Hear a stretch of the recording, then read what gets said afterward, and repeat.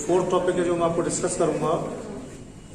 तो बहुत सारी काम की बातें हम लोग पढ़ेंगे इसमें 12th के लिए, और इसका नाम है रिएक्शन मैकेनिज्म। रिएक्शन मैकेनिज्म, बहुत ही ध्यान से मेरी बात सुनेंगे आप लोग, थोड़ी टेक्निकल बातें इसके अंदर आने वाली है। तो सबसे पहले आपको बताएंगे मैकेनिज्म होता क्या है। रिएक्शंस तो बहुत सारे पढ़ेंगे हम लोग ऑर्गेनिक केमिस्ट्री में आगे, लेकिन सबसे पहले जो आपको डिस्कस करेंगे वो आपको डिस्कस करेंगे मैकेनिज्म क्या होता है। देखिए, जितने भी ऑर्गेनिक कंपाउंड्स को आप किसी केमिकल प्रोसेस में यूज करते हैं, जो भी ऑर्गेनिक कंपाउंड्स आप लोग किसी केमिकल प्रोसेस में लेंगे, उस ऑर्गेनिक कंपाउंड्स को ऑलवेज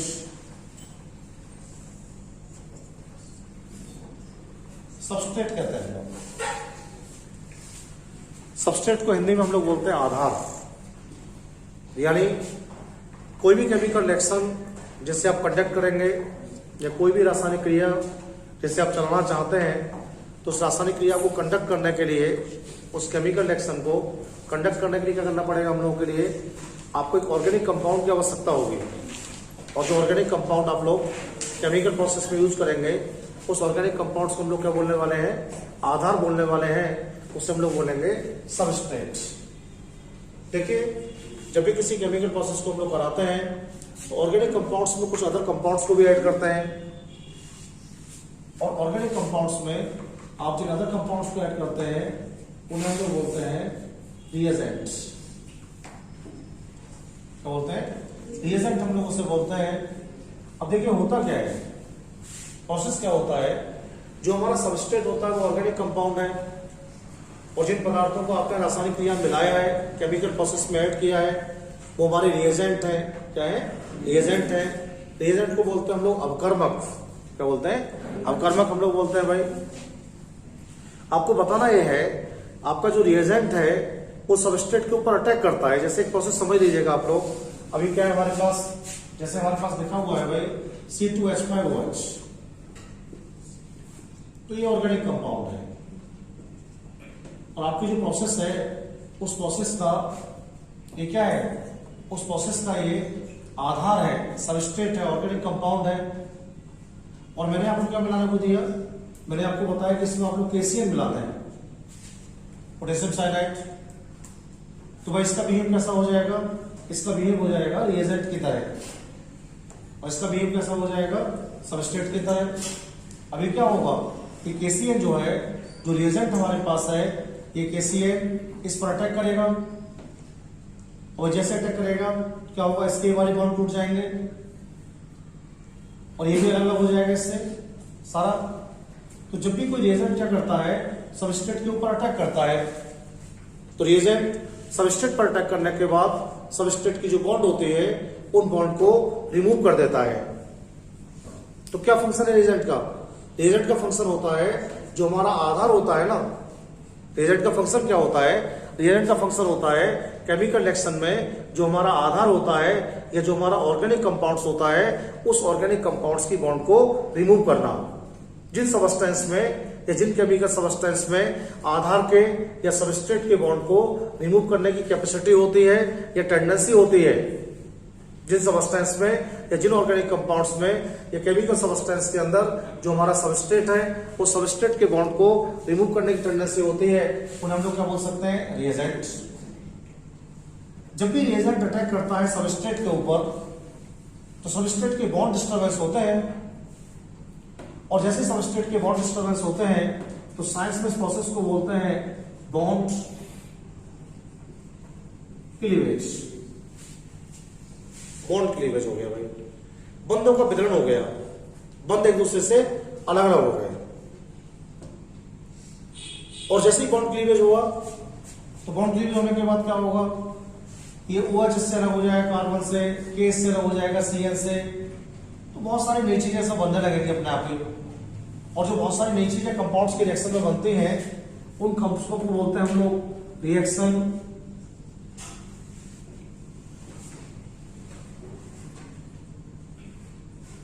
इंटरमीडिएट्स। Reaction intermediate. अब रिएक्शन इंटरमीडिएट क्या होता है भाई, बहुत सारे रिएक्शन इंटरमीडिएट मैं आपको पढ़ाने वाला हूं। जैसे मैं आपको पढ़ाऊंगा फ्री रेडिकल, मुक्त मूलक। जैसे मैं आपको पढ़ाऊंगा कार्बोकैटाइन पॉजिटिव कार्बन, जैसे मैं आपको पढ़ाऊंगा कार्बो एनाइन नेगेटिव कार्बन, जैसे मैं आपको पढ़ाऊंगा कार्बेन, ऐसे पढ़ाऊंगा भाई जिसपे लॉन पेयर होगा और जिसपे दो हाइड्रोजन हो सकते हैं, ग्रुप हो सकता है, इन्हें कार्बीन्स बोलते हैं हम लोग। तो ये फ्री रेडिकल्स होंगे, कार्बोकैटाइन्स होंगे, कार्बो एनाइंस होंगे, कार्बीन्स होंगे। मुक्त मूलक कहते हैं इसे हिंदी में, इसे कार्बोनियम आयन कहते हैं, इसे कार्बोनाइन कहते हैं और इसे कार्बीन कहते हैं। ये सब क्या है? ये सब रिएक्शन इंटरमीडिएट्स है, रासायनिक क्रिया के बीच में बना करेंगे। कैसे बनेंगे मैं सब समझाऊंगा आपको अभी।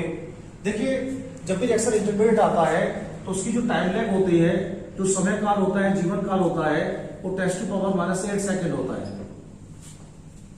ये जो भाग है किसी भी केमिकल प्रोसेस में केवल 10⁻⁸ सेकंड तक बनेंगे। उसके बाद क्या हो जाएंगे? वे समाप्त हो जाएंगे अपने आप। और जैसे ही समाप्त होंगे तो क्या होगा? जो हमारा बॉन्ड टूटा था ना, उसमें क्या होगा? के चला जाएगा OH के साथ, KOH बन जाएगा, तो कोई नया बॉन्ड बन जाएगा दोनों के बीच में। और CN का जुड़ जाएगा आप यहां से, CN जुड़ जाएगा CN के साथ, C के साथ। देखो यहां पर भी नया बंध बन गया। जब पुराने बंध टूटते हैं ना और नए बंध बनते हैं, तो पुराने बंधों के टूटने के बाद नए बंधों का जो प्रोसेस होता है न्यू बॉन्ड फॉर्मेशन का, उसे साइंस में बोलते हैं RA, रीअरेंजमेंट। बॉन्ड रीअरेंजमेंट हम लोग इसे कहते हैं। BRA हम लोग इसे लिखेंगे शॉर्ट में। B फॉर बॉन्ड से मेरा मीन्स है, R फॉर रीअरेंजमेंट से मेरा मीन्स है, रीअरेंजमेंट से मेरा मीन्स है। तो बंधों का पुनर्विन्यास होगा। जो पुराने बंध टूट गए थे, उन पुराने बंधों से क्या हुआ? पहले यहां पर क्या था भाई? देखो पहले यहां पर था OH, कौन आया इसके पास? KCl आया। OH को ले गया अपने साथ, नया बंध बन गया के बीच में, और CN किससे जुड़ गया? के CN से, तो नया बंध बन गया। फिर एक और पुराने बंध जब टूटते हैं और नए बंध बनते हैं तो क्या होता है? इसे बोलते हैं बॉन्ड रीअरेंजमेंट। क्या बोलते हैं? Bond rearrangement. और जैसे ही बॉन्ड रीअरेंजमेंट होता है ना, तो बॉन्ड रीअरेंजमेंट होने के बाद क्या होता है? आपको प्रोडक्ट मिल जाता है, उत्पाद मिल जाता है। और जैसे प्रोडक्ट मिलेगा, ऐसे भाई देखो, तो यहां से यहां तक का जो सफर है हमारा पूरा, उस पूरे सफर को हम लोग बोलते हैं रिएक्शन मैकेनिज्म। Reaction mechanism. पहले हमें समझना है कि मैकेनिज्म क्या होता है। शायद बहुत सारी बातें कंफर्म हो गई हैं आपको रासायनिक क्रिया के बारे में। ऐसा नहीं होता कभी भी कि आपने पदार्थों को मिलाया और उत्पाद बन गया। बहुत सारे बीच में पद आएंगे, उन पदों के बारे में आपको बताएंगे। अभी तो बहुत कम कम आएंगे वो हमारे, लेकिन 12th में जब हम आपको पढ़ाएंगे तो बहुत सारा इनका यूज करेंगे हम लोग। यूँ समझिए प्रत्येक कंपाउंड में, प्रत्येक चैप्टर में इनका इस्तेमाल होना है। तो आपको ध्यान रखना है, ऑर्गेनिक कंपाउंड क्या बोलते हैं हम लोग? सबस्ट्रेट। जो अटैक करते हैं वो क्या बोल जाते हैं? रिएजेंट। जब सबस्ट्रेट अटैक करता है तो क्या बोलते हैं उसे? Bond cleavage. बंध टूटते हैं और बॉन्ड क्लीवेज के बाद क्या आते हैं? Reaction intermediate. रिएक्शन इंटरमीडिएट जो आधार और उत्पाद के मध्य बनते हैं। आधार उत्पाद के मध्य बनते हैं। क्या क्या हो सकते हैं? फ्री रेडिकल हो सकता है आपका, कार्बन पॉजिटिव हो सकता है आपका, कार्बोकैटायन कहते हैं इसके लिए, कार्बन नेगेटिव हो सकता है, और कार्बन पर लॉन पेयर हो सकता है, दो हाइड्रोजन हो सकता है, कुछ और हो सकता है इसके ऊपर। इनका जीवन काल कितना होता है? 10⁻⁸ सेकंड होता है। ये जब लैप्स होते हैं, बनते जाते हैं, बनते जाते हैं, तो क्या होता है भाई? बॉन्ड नए बनने लगते हैं कंपाउंड्स के अंदर।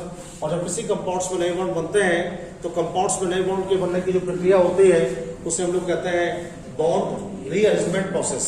बॉन्ड रीअरेंजमेंट प्रोसेस हम लोग कहते हैं। तो देखिए किसी कंपाउंड में जब BRA होता है ना, तो उत्पाद मिलता है। हम लोग क्या मिलता है? उत्पाद मिलता है। इस तरह से उत्पाद बनने का जो प्रोसेस होता है उसे बोलते हैं रिएक्शन मैकेनिज्म। अभी हम क्या पढ़ाने वाले हैं इसमें आपको? हमारी बात रिएजेंट से स्टार्ट होगी। पहले आपको बताएंगे रिएजेंट क्या होता है, और आज दूसरी बात आपको पढ़ाएंगे कि बॉन्ड क्लीवेज क्या होता है। कल आपको पढ़ाएंगे इनमें से दो हिस्से फ्री रेडिकल कार्बोकैटायंस क्या होते हैं। फिर आपको पढ़ाएंगे कार्बो एनायंस और कार्बीन्स क्या होते हैं। फिर हमारा चैप्टर खत्म हो जाएगा। तो बहुत सारी बातें मैं करूंगा आपसे इस चैप्टर में। करना क्या हम लोगों को? सबसे पहले किसकी बात करेंगे? रिएजेंट की बात करेंगे आपसे। रिएजेंट क्या होता है देखो आप लोग।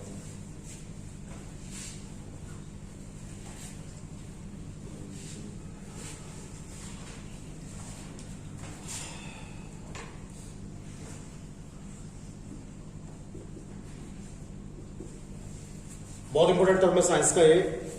हम लोग इसे अवकर्मक कहते हैं। अवकर्मक क्या कहते हैं? अवकर्मक। अवकर्मक क्या करता है भाई? What is the function of reagent in organic chemical reaction? Reagent का फंक्शन ये होता है कि रिएजेंट जो हमारा सबस्ट्रेट होता है उस सबस्ट्रेट के ऊपर अटैक करता है,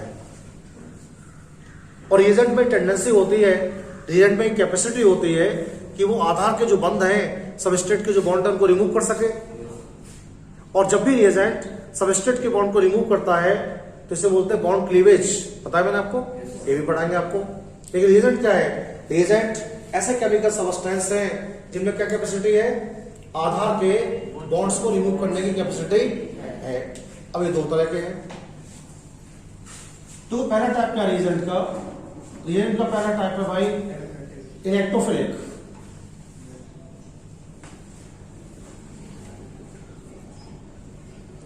इलेक्ट्रोफिलिक रिएजेंट्स।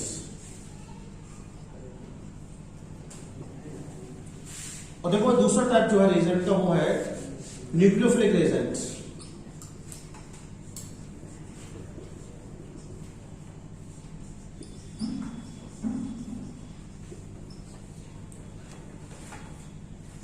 इसमें दो टर्म है।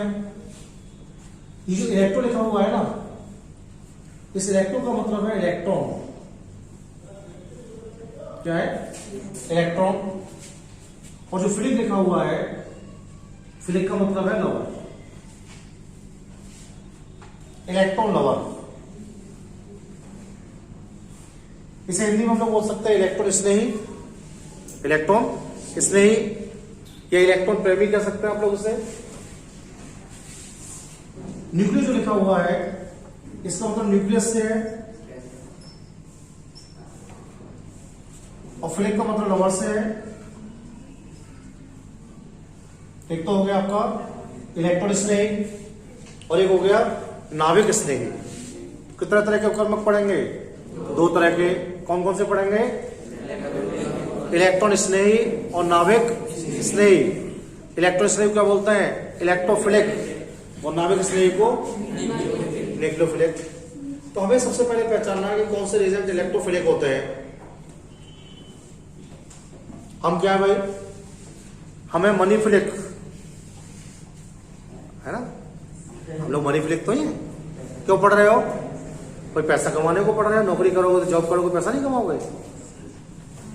अब ऐसा तो नहीं कि समाज सेवा करने चले जाओगे सारे लोग, है ना? नहीं, तो हम लोग क्या है? मनीफिलिक। तो इलेक्ट्रोफिलिक का मतलब क्या होता है? हम मनीफिलिक क्यों है भाई? हमारे पास मनी की डिफिशियंसी है। तो जिनके पास इलेक्ट्रॉन कम होते हैं, जिनके पास इलेक्ट्रॉन कम होते हैं, सीधी बात समझ लीजिएगा पहले, जिनके पास इलेक्ट्रॉन कम होते हैं वो ऑलवेज इलेक्ट्रोफिलिक होते हैं। और ये सर्च करते हैं कि कहीं से इलेक्ट्रॉन मिल जाए हम लोगों के लिए। और जिनके पास इलेक्ट्रॉन ज्यादा होते हैं वो नाभिक स्नेही होते हैं। वो तलाश करते हैं कि इलेक्ट्रॉन देने पड़ जाए तो दे देंगे हम लोग। सबसे इंपॉर्टेंट बात हो रही है, ध्यान रखना, सारा मैकेनिज्म जो पढ़ेगा ऑर्गेनिक केमिस्ट्री का 12th में वो सब इससे होने वाला है। मैं बार बार बोलूंगा इलेक्ट्रोफिलिक हो रहा है, न्यूक्लियोफिलिक हो रहा है, तो समझिए पहले इलेक्ट्रोफिलिक का मीन्स क्या है। मैंने कहा H पॉजिटिव लिखा हुआ है, तो आपने बताया सर हर पॉजिटिव आयंस की टेंडेंसी होती है कि वो इलेक्ट्रॉन गेन करने के बाद अपने पॉजिटिव आयन को हटाना चाहता है। मैंने कहा यानी पॉजिटिव लिखा हुआ है, मैंने बोला कि पॉजिटिव लिखा हुआ है, Mg पॉजिटिव लिखा हुआ है, NH4 पॉजिटिव लिखा हुआ है। तो आपने मुझे बताया कि सर हर पॉजिटिव आयन की टेंडेंसी होती है कि वो इलेक्ट्रॉन गेन करना चाहता है, और इलेक्ट्रॉन गेन करने के बाद अपने पॉजिटिव चार्ज को समाप्त करना चाहता है। तो मैंने पूछा क्या कहना चाह रहे हैं आप लोग? तो आपने मुझे बताया सर हम ये कहना चाह रहे हैं कि जितने भी पॉजिटिव आयंस आएंगे उनमें इलेक्ट्रॉन गेन करने की टेंडेंसी होगी, और जिनमें इलेक्ट्रॉन गेन करने की टेंडेंसी होगी वो क्या होंगे? इलेक्ट्रोफिलिक। लेकिन कभी कभी ऐसा भी होगा कि पॉजिटिव आयन वाला आपको नहीं मिलेगा। अब तो आप देख के बता देंगे कि इलेक्ट्रोफिलिक है। जब भी कोई पॉजिटिव आयन आपके पास आएगा या कोई पॉजिटिव स्पीसीज आपके पास आएगी तो आप देख के बता देंगे कि स्पीसीज इलेक्ट्रोफिलिक है। लेकिन बाय द वे अगर ऐसा हो गया भाई कि कोई नेगेटिव आयन आपके पास आ गया तो कैसे करोगे आप लोग, या उदासीन आ गया तो कैसे करोगे? उदासीन भी हो सकता है इलेक्ट्रोफिलिक, सबसे इंपॉर्टेंट बात तो यही है। उदासीन कैसे इलेक्ट्रोफिलिक हो सकता है? जैसे आप लोग कंसिडर कीजिएगा भाई, आप लोग कंसिडर कीजिएगा बोरोन हाइड्राइड के लिए BH3 के लिए बोरोन के आउटर शेल में कितने इलेक्ट्रॉन होते हैं भाई? 3 होते हैं। हाइड्रोजन में कितने होते हैं? 1 होता है। और ये शेयर भी कर जाता है तो देखिएगा आप लोग, शेयर करने के बाद क्या होगा भाई, इसमें 6 इलेक्ट्रॉन बच पाया। कितने कम रह गए इसमें? 2 कम रह गए, यानी एक पेयर इसमें कम है। तो क्या करेगा ये? किसी भी केमिकल प्रोसेस में जब जाएगा क्या करने की कोशिश करेगा? उसमें इलेक्ट्रॉन गेन करने की कोशिश करेगा। ऐसे कंपाउंड जिनका सेंटर शेयरिंग के बाद भी अपने ऑक्टेट को पूरा नहीं कर पाता है, ऐसे कंपाउंड जिनका ऑक्टेट शेयरिंग के बाद भी अपने ऑक्टेट को पूरा नहीं कर पाता है, उनमें क्या प्रॉपर्टी होती है? इलेक्ट्रॉन गेन करने की प्रॉपर्टी होती है। उन्हें बोलते हैं इलेक्ट्रॉन डिफिशिएंट। क्या बोलते हैं? इलेक्ट्रॉन डिफिशिएंट बोलते हैं। जब भी किसी केमिकल प्रोसेस में ये आएगा क्या करेगा? इलेक्ट्रॉन गेन करेगा। इसलिए क्या बोलेंगे हम लोग इसे? इलेक्ट्रोफिलिक। तो आपको बताना सर के लिए, जो शेयरिंग के बाद अपने ऑक्टेट को पूरा नहीं कर पाएंगे वो भी क्या होने वाले हैं? इलेक्ट्रोफिलिक करने वाले हैं। क्या होने वाले हैं? अब जैसे हमने बोला AlCl3 के बारे में क्या कहेंगे भाई आप लोग? ये AlCl3 हमारे पास है तो आप बताएंगे सर Al में 3 इलेक्ट्रॉन होते हैं, Cl में 7 होते हैं, शेयर हो जाएगा सर कितना हो पाएंगे? 6 ही तो हो पाएंगे। ये भी क्या है? इलेक्ट्रोफिलिक है। ये क्या है? इलेक्ट्रोफिलिक है। तो आपको बताना है ऐसी स्पीसीज जो पॉजिटिव चार्ज वाली होती है या फिर जिनमें इलेक्ट्रॉन डिफिशियंसी होती है, ऐसी स्पीसीज जो पॉजिटिव चार्ज वाली होती है या फिर जिनमें इलेक्ट्रॉन डिफिशियंसी होती है, वो ऑलवेज किसी भी केमिकल प्रोसेस में ऐसी पोजीशन पर अटैक करती है जहां पर इलेक्ट्रॉन के पास जाने की पॉसिबिलिटी या इलेक्ट्रॉन डेंसिटी क्या होती है? ज्यादा होती है। अब सर आपको ऑप्शन देंगे भाई, सर आपको ऑप्शन क्या देंगे? सर ने पूछा ये C सिंगल बॉन्ड C है, ये C डबल बॉन्ड C है और ये C ट्रिपल बॉन्ड C है, तो ये कहां पर अटैक करना चाहेंगे बताओ? तो यहां पर तो 2 इलेक्ट्रॉन है आपके पास, या 4 इलेक्ट्रॉन है, यहाँ कितने हैं? 6 इलेक्ट्रॉन है। तो कहां से इलेक्ट्रॉन आसानी से मिल जाएगा इनको? 4 वाले, 6 वाले से, 2 वाले से? 6 वाले से। जितने भी इलेक्ट्रोफाइल्स होते हैं, ध्यान रखेंगे आज के बाद, जितने भी इलेक्ट्रोफाइल्स होते हैं वो किसी भी ऑर्गेनिक कंपाउंड्स में ऐसी पोजीशन पर अटैक करते हैं जहां पर इलेक्ट्रॉन के पास जाने की पॉसिबिलिटी ज्यादा होती है। क्या फायदा हो जाएगा उससे? इलेक्ट्रॉन आसानी से गेन हो जाएगा। और जितने भी इलेक्ट्रोफाइल्स होते हैं उन सभी इलेक्ट्रोफाइल्स को रिप्रेजेंट करने के लिए EP का यूज करते हैं। किसका? EP का यूज करते हैं। कभी कभी इसमें पॉजिटिव भी लगा देते हैं, EP पॉजिटिव। बात कंफर्म हो गई sir?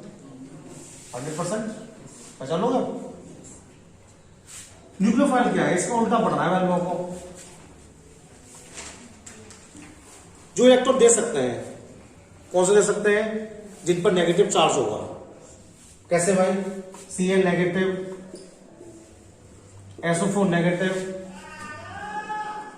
Br negative, C2O4 negative. इनको तो देख के बता दोगे आप लोग कि सर इलेक्ट्रॉन न्यूक्लियोफाइल है, लेकिन इससे काम नहीं चलेगा। काम चलेगा उदासीन वालों से जो न्यूट्रल कैटेगरी को बिलोंग करेंगे। अब कौन से? जैसे अमोनिया है, अमोनिया की स्ट्रक्चर को जब आप स्टडी करते हैं तो भाई ऐसे करते हैं, देखिए क्या बच जाता है इसमें? एक लॉन पेयर। अगर शेयरिंग के बाद लॉन पेयर बच गया, जिनके पास शेयरिंग के बाद लॉन पेयर बच जाएगा तो लॉन पेयर बचने का मीन्स क्या होगा? किसी भी केमिकल प्रोसेस में डोनेट करने के लिए ये लॉन पेयर अवेलेबल है। और जब किसी केमिकल प्रोसेस में डोनेट करने के लिए लॉन पेयर अवेलेबल होता है तो उन्हें बोलते हैं न्यूक्लियोफाइल। तो जिनके पास पेयर कम होगा वो इलेक्ट्रोफाइल होंगे और जिनके पास पेयर एक्स्ट्रा होगा वो क्या होंगे? न्यूक्लियोफाइल होंगे। तो जितने भी लॉन पेयर वाली स्पीसीज होंगी, जितनी भी लॉन पेयर वाली स्पीसीज होंगी वो सभी स्पीसीज क्या होने वाले हैं? न्यूक्लियोफाइल होने वाले हैं। अब सर ने पूछा PS3 कैसा है? इलेक्ट्रोफाइल है न्यूक्लियोफाइल? PS3। तो ये फास्फोरस के आउटर साइड में कितने इलेक्ट्रॉन होते हैं? 5। 3 का साझा हो जाएगा तो 1 बच जाएगा। तो कैसा है? न्यूक्लियोफाइल है। कैसा है? न्यूक्लियोफिलिक को बोलते हैं, न्यूक्लियोफाइल भी कह सकते हैं, इलेक्ट्रोफिलिक को इलेक्ट्रोफाइल भी कह सकते हैं। तो ये न्यूक्लियोफाइल है भाई। अब सर ने आपको पूछा, ये लिखा हुआ है भाई सल्फर डाइऑक्साइड, बताओ क्या है? ये भी न्यूक्लियोफाइल है। क्या है?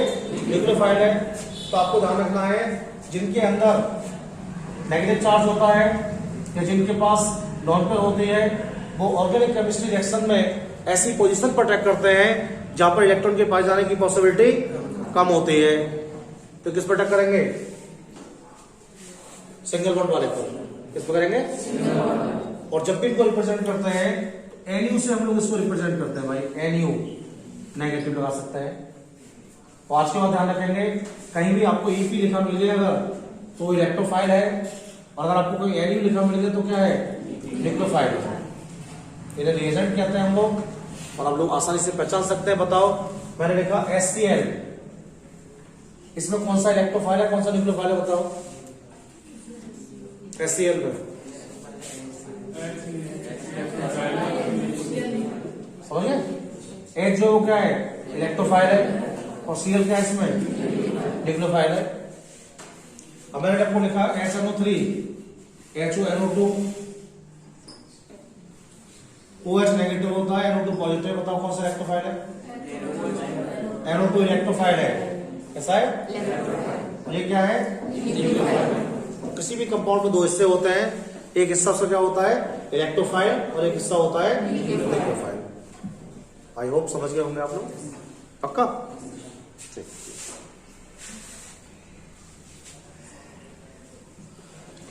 देखो, दूसरा जो टॉपिक हम आपको इसमें स्टडी कराएंगे भाई, वो टॉपिक है हमारा बॉन्ड क्लीवेज।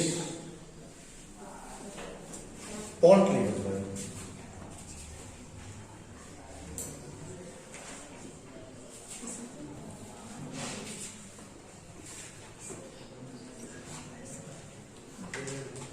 बॉन्ड क्लीवेज क्या होता है? हिंदी में शब्द है बंध विदलन। बंध विदलन या बॉन्ड फिशन भी कहते हैं हम लोग इसे। बॉन्ड फिशन, बंधों का टूटना, अलग अलग होना, पृथक होना। तो जब भी कोई रिएजेंट आएगा तो क्या करेगा रिएजेंट आके? जब भी कोई रिएजेंट आता है तो बॉन्ड को तोड़ता है, और जब भी रिएजेंट आधार के बॉन्ड को तोड़ता है, सबस्ट्रेट के बॉन्ड को तोड़ता है, तो सबस्ट्रेट के बॉन्ड को तोड़ने का प्रोसेस क्या होता है भाई? सबस्ट्रेट के बॉन्ड को तोड़ने का प्रोसेस होता है बॉन्ड क्लीवेज। क्या होता है? अभी हम 2 तरह से पढ़ेंगे। देखो कैसे पढ़ेंगे भाई हम लोग। एक तो हम लोग पढ़ने वाले हैं होमोलाइटिक,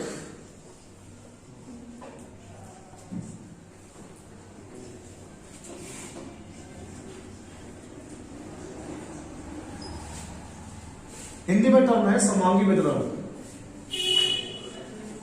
कैसा है? समांगी। एक हम लोग पढ़ने वाले हैं हेट्रोलाइटिक।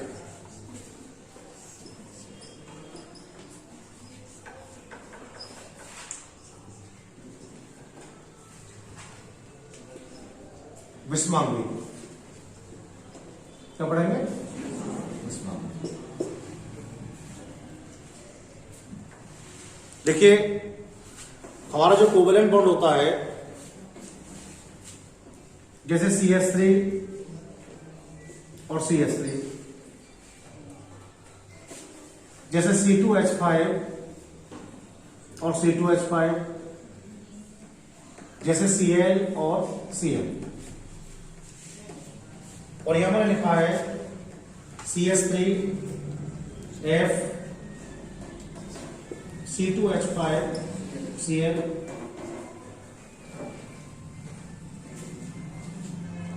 रिएजेंट आया, ये इसका स्टेरिक इलेक्ट्रॉन था, साझे का इलेक्ट्रॉन था।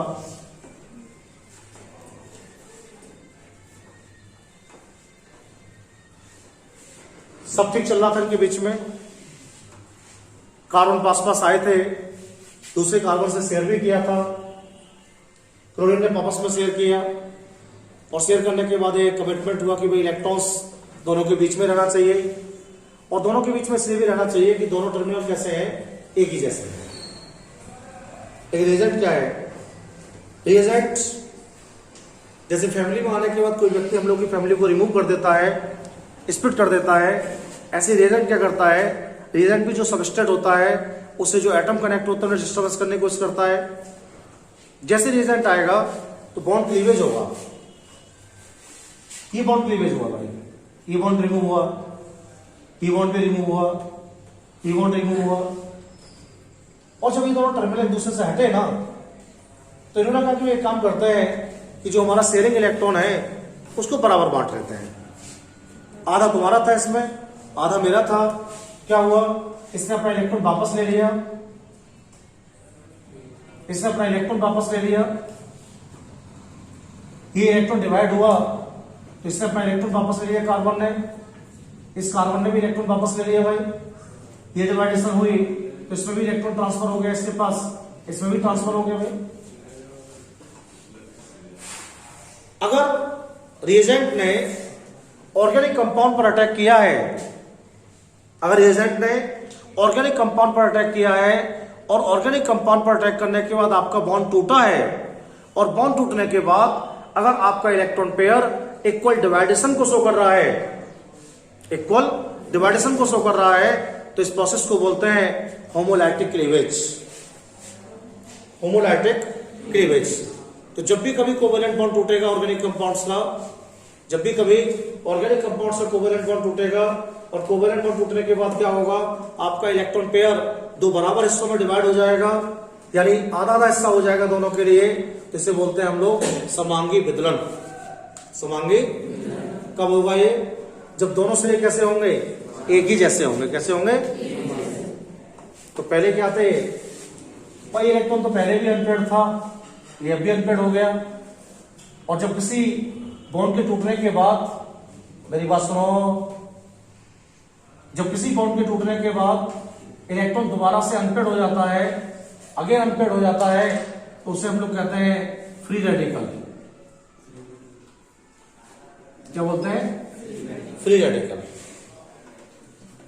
ऐसी स्पीसीज जो होमोलाइटिक क्लीवेज के बाद प्राप्त होती है, ऐसी स्पीसीज जो होमोलाइटिक क्लीवेज के बाद प्राप्त होते हैं और जिन पर क्या पाया जाता है, अनपेयर्ड इलेक्ट्रॉन पाया जाता है। क्या पाया जाता है, अनपेयर्ड इलेक्ट्रॉन पाया जाता है, वो सभी स्पीसीज क्या कहलाते हैं, फ्री रेडिकल कहलाते हैं, फ्री रेडिकल कहलाते हैं। और बेटा आप ध्यान रखेंगे, ये जो फ्री रेडिकल है ना, इसको शो करने के लिए आपको इस इलेक्ट्रॉन को डार्क स्पॉट बनाना होगा, ऐसे बनाना पड़ेगा डार्क स्पॉट। तो ध्यान रखेंगे, कार्बन के ऊपर केमिस्ट्री में कहीं भी इस तरह का डार्क स्पॉट आ जाएगा, किसकी सिंबल हो जाएगी, वो फ्री रेडिकल की हो जाएगी, मुक्त मूलक सिंबल हो जाएगी। क्या हो जाएगी, मुक्त मूलक। अब आपके दिमाग में एक सवाल आ रहा होगा, सर दो इलेक्ट्रॉन अनपेयर्ड हो जाता हो तो उसे बोलेंगे बाई रेडिकल। क्या बोलेंगे, इलेक्ट्रॉन तीन भी अनपेयर्ड हो सकते हैं कार्बन पर, तो उसे क्या बोलेंगे, ट्राई रेडिकल। तो रेडिकल हो सकता है जिसके पास केवल एक अनपेयर्ड इलेक्ट्रॉन होगा, बाई रेडिकल हो सकता है जिसके पास दो अनपेयर्ड इलेक्ट्रॉन होंगे, और ट्राई रेडिकल हो सकता है जिस पर तीन अनपेयर्ड इलेक्ट्रॉन होंगे। तो क्या होगा होमोलाइटिक क्लीवेज में, होमोलाइटिक क्लीवेज में हमारा जो बॉन्ड है वो जब टूटेगा तो हमारा इलेक्ट्रॉन पेयर इक्वल पार्ट में डिवाइड हो जाएगा, इक्वल पार्ट में डिवाइड हो जाएगा। अब बात करते हैं भाई हेटरो की। हेटरो की बात जब करेंगे हम आप लोगों से, तो CH3F को हम लोग कंसीडर करते हैं। मैंने क्वेश्चन पूछा आप लोगों से, ये शेयर सही कराया हम लोगों ने, तो आपने बताया सब गड़बड़ कर दिया। आपने जो शेयरिंग की है वो डिफरेंट एटम के मेट कर दी है। हम लोगों ने जो शेयरिंग किया है वो डिफरेंट एटम के मेट कर दिया है F और CH3 के बीच में। अगर ये बॉन्ड टूटा तो जो इलेक्ट्रोनेगेटिव एटम होगा वो बेईमानी कर जाएगा इसमें। क्या करेगा भाई, रिएजेंट आएगा, रिएजेंट आते क्या होगा, रिएजेंट आते ही बॉन्ड यहां से हटेगा।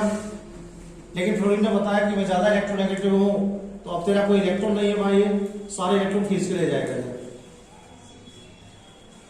और ये कैसा हो जाएगा, पॉजिटिव हो जाएगा। ये वाला बॉन्ड टूटा तो कैसे हो जाएगा, ये नेगेटिव हो जाएगा Cn, और ये कैसा हो जाएगा, पॉजिटिव। तो जब भी आपका बॉन्ड टूटता है और बॉन्ड टूटने के बाद आपका जो इलेक्ट्रॉन पेयर है, जब भी आपका बॉन्ड टूटता है और बॉन्ड टूटने के बाद जो आपका इलेक्ट्रॉन पेयर है वो किसी एक ही परमाणु की तरफ चला जाए, अब सवाल क्या है, सवाल है भाई कौन से परमाणु तरफ जो इलेक्ट्रोनेगेटिव बिहेव शो कर रहा हो, जो इलेक्ट्रोनेगेटिव बिहेव शो कर रहा हो उसकी तरफ ट्रांसफर हो जाए। तो ऐसे क्लीवेज को हम लोग बोलते हैं हेटेरोलाइटिक क्लीवेज।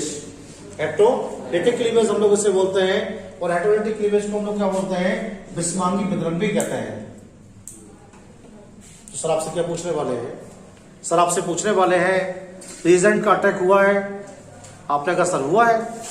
सर ने पूछा रिएजेंट के अटैक के बाद आपका बॉन्ड टूटा, और बॉन्ड टूटने के बाद आपका इलेक्ट्रॉन पेयर दो समान भागों में डिवाइड हो गया है, कैसा क्लीवेज हुआ है, होमोप्लेटिक क्लीवेज हुआ है।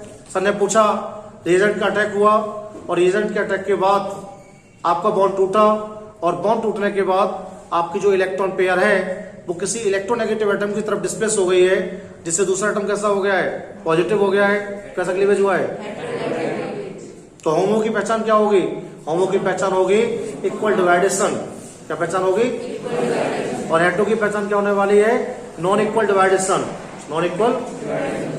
अगर किसी एटम का सेंटर इलेक्ट्रॉन की कमी को दर्शा रहा है तो कैसा रिएजेंट होगा, अगर किसी एटम का सेंटर इलेक्ट्रॉन की कमी को शो कर रहा है, इलेक्ट्रॉन डिफिशिएंट है उसके ऊपर, तो इलेक्ट्रोफिलिक होगा या न्यूक्लियोफिलिक, इलेक्ट्रोफिलिक।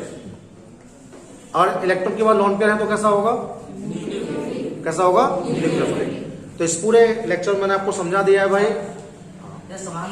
समांगी में एक दूसरे जैसे संबंध रखेंगे ऐसे ही इसी में, कैसे दोबारा बताओ, जैसे समांगी में एक दूसरे से ऐसे संबंध रखेंगे इसी में ऐसे रखेंगे। बेटा ये क्या है, देखो इसमें समान परमाणुओं के भी साझा हुआ है ना। इसमें जो हमारा टर्मिनल है वो सेम टाइप का है, तो सेम टाइप का टर्मिनल जब होता है तो उसमें जो स्ट्रेंथ होती है दोनों की बराबर होती है। इसलिए क्या होता है, जो हमारा इलेक्ट्रॉन पेयर होता है वो इक्वल पार्ट में टूटता है। लेकिन इसमें क्या होगा, इसमें अलग टाइप की कंडीशन होगी। इसमें क्या होगा कि शेयरिंग तो हुआ है और इलेक्ट्रॉन दोनों के बीच में भी कमिट हुआ था आके, लेकिन जैसे ही बॉन्ड गया ना इससे, बॉन्ड जाने के बाद क्या हुआ, क्लोरीन का जो व्यवहार था वो ज्यादा इलेक्ट्रोनेगेटिव था, Cl का जो व्यवहार था वो ज्यादा इलेक्ट्रोनेगेटिव था, तो ये बराबर बटने के बजाय इसकी तरफ ट्रांसफर हो गया। संबंध तो एक जैसा ही, अरे सब तो एक जैसी होगी, बॉन्डिंग तो एक जैसी होगी, कोवेलेंट होगी। इसमें भी कोवेलेंट होगा, इसमें भी कोवेलेंट होगा, ये कोई फर्क नहीं पड़ेगा। इसमें केवल क्या होगा, क्लीवेज डिफरेंट टाइप का होगा। बताओ किसी को सवाल पूछना हो तो इसमें डाउट हो,